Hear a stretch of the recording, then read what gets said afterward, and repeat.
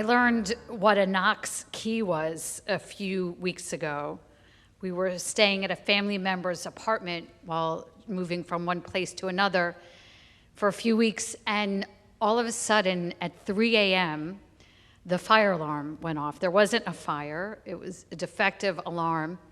And when the fire department came, they said the Knox key doesn't work, and it was 3 a.m., so I could blame it on that, but it wasn't the reason I didn't know what a Knox key was. I just didn't know. And I said, what's a Knox key? And they said, it's the master key that lets us get into a place if there's an emergency without breaking doors or windows or gates or things like that. That idea that there is a master key is tied up with the hearing and the sounding of the shofar. In a little while, we'll hear Alex Mullins sound the shofar. But there's a story that gives insight into the master key that lies in the sound of the shofar. There's a story that's told that the Baal Shem Tov had a rabbi that he instructed to blow the shofar one year. And the Rabbi Zev, wanting to please the brilliant Baal Shem Tov, studied all the hidden meanings of the shofar. He looked at Kabbalistic texts and ancient texts and texts of his time to get all the deep and secret meanings of the shofar. So when he blew it at the request of the Baal Shem Tov, he would know it with all of his heart. And he wrote all the insights on a small piece of paper and put it inside of his shirt. And the night when he went to blow the shofar, he went to get that piece of paper with all the secret and hidden meanings, and it wasn't there. And he was brokenhearted. And so he blew the shofar through tears and with broken heart in this loud and beautiful sound. And afterwards, the Baal Shem Tov said to him, you blew the shofar so beautifully. And he said, no, I didn't. I lost all the secret and hidden meanings. And the Baal Shem Tov said, oh, there are many meanings to the blowing of the shofar. There are many keys to understanding the power of its sound. But there is one master key, and that master key is a broken heart. When anyone blows the shofar with a broken heart, the sound goes directly to God.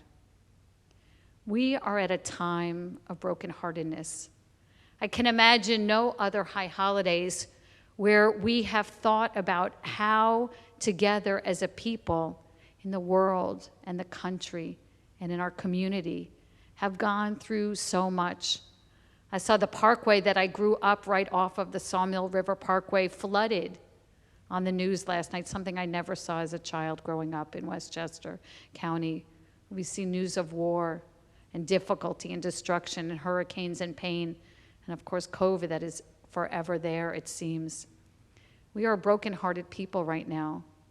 But what is so beautiful about this time on the Jewish calendar is that we have the master key to having God hear our pleas.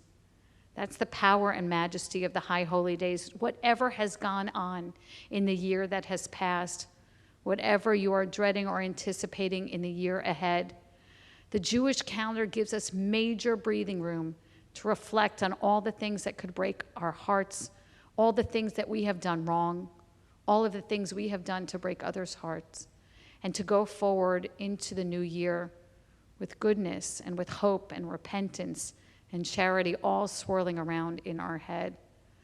So as we reflect on this last Shabbat of 5781, and we prepare to go forward into 5782, once again in this weird in-between place, this world of hybrid, I hope that the high holy days will take your broken heart and take the concept of the birthday of the world that lies in Rosh Hashanah and let it be for you a time also of understanding that there is potential to find anew joy and happiness and peace and healing of that broken heart. The Baal Shem Tov said the only whole heart is a broken one because the ills of life are inseparable from its joys.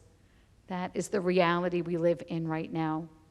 So my prayer for you is that your broken heart, your cries, and all the beautiful things that God willing lie in your life as well are heard and understood by God, and that in the year ahead, we know coming together, the healing of the broken heart to go forward to goodness. Shabbat Shalom.